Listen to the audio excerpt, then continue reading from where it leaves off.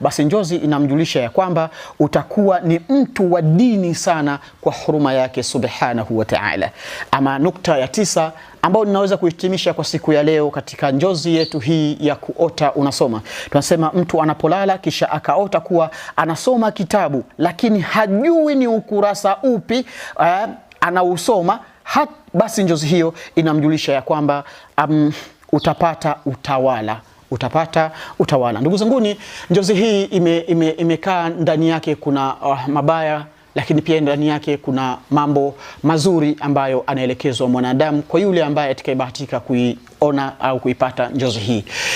Ndugu yangu, kwa huruma yake subhanahu wa ta'ala, mimi nipende kusema kwamba njozi yako ni mali yako. Njozi yako ni biashara yako. Njozi yako ni maisha yako.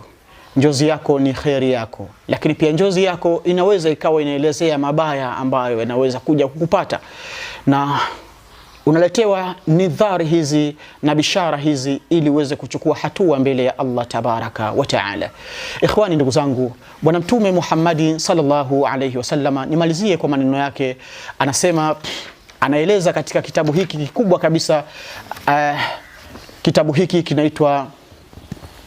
kinaitwa Al-Ahlam au Al-Jami'u Litafsiri Al-Ahlami wa Ta'thiri Al-Anami. Kitabu hiki ambacho kuna wanachuoni wakubwa akina Ibn Sirin, An-Nabalasi, wote wamo ndani humu wakifasiri njozi hizo, na mimi napitia kunukuu yale yaliyoelezwa na wanachuoni wakubwa kama hao na kukuletea katika lugha yetu ya Kiswahili, ili kwa wale watu ambao wasioelewa kwa upande wa lugha hiyo, basi waelewe kwa lugha yetu fasaha ya Kiswahili kwa huruma na utukufu wake Allah tabaraka wa taala. Namalizia kwa maneno ya Bwana Mtume Muhammad sallallahu alaihi wasallam, anasema ar-ru'ya min Allah wal hulum min ash-shaytani, kwamba njozi iliyokuwa nzuri kabisa inatoka kwake la ilaha illa Allah Muhammadur Rasulullah, na njozi ilikuwa mbaya inatoka kwa shaitani alayhi laana.